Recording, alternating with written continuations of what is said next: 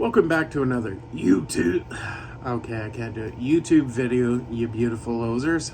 I tried the intro, found out it doesn't work. So, anyways, what can I say about Avatar? Long awaited sequel that took us forever to actually finally get. The film is good, the cinematography is really good. The CGI that they've done is phenomenal in spots, and then other spots, when you're nitpicking, you'll see exactly where in the film that it looked like it was a little rushed more than it should have been. But overall, the CGI is fantastic. The scenery is absolutely stunning. However, I still strongly feel like they reached a little too far by wanting to push the film over 3 hours. A lot of this film could have actually been condensed into not only separate films, but could have been cut out entirely because it's not plot specific, because it has absolutely nothing to do with what's happening for their story. They're trying to tell a story, but then they go and take you somewhere else that had absolutely nothing to do with what they were trying to explain.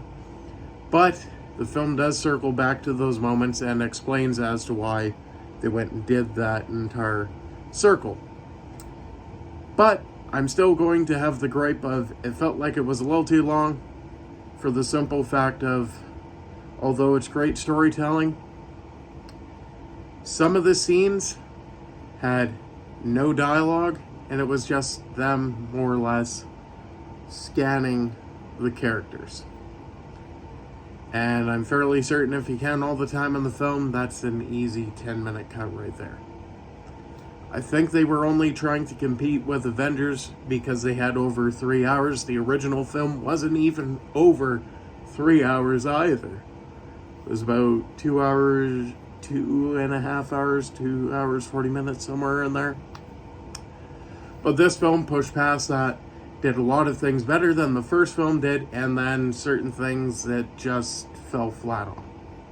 Now, if you're looking for a film that is absolutely story-based, this is a great film. If you're looking for a film that's going to keep you engaged throughout, it might not. For me, I can't really say the film had me engaged. Certain things I cared about, other things I really didn't. And without going into details of spoilers, a certain character that's not appearing, I don't really care that they're not appearing in the next film. It's just the way they did it didn't make me actually feel like I cared about the character anyways. So that part, I feel like it fell flat. Am I going to watch it again? Probably. But if I'm going to watch it again, I'd probably sit there for about 5 hours, watch the first and the second back to back, even though they are years apart from each other. Not just in real life time, but in the movie time as well. They're years apart from one another. It does have the story pick up from where we last left off and build on that. But overall, I just feel like the film didn't keep me engaged personally. It's going to be a great, amazing film for other people. I just don't feel like I was one of the people that thought it was the end all to be all. Out of the 2 reviews that I'm doing, I'm actually giving Violet Night a higher score than this one. For this one, I'm actually going to give it a 7.5. The score was great, but overall, you could still hear the fact that people that hire certain composers are still taking stuff from other projects and moving it on. Can't tell you when it's an important scene and all I'm thinking about is Star Wars in the middle of a film that has nothing to do with Star Wars because of the audio cue that they chose from the composer. So, yes, I got sidetracked during the film thinking about Star Wars, which I don't think is necessarily a good thing. especially when it's supposed to be an impactful scene.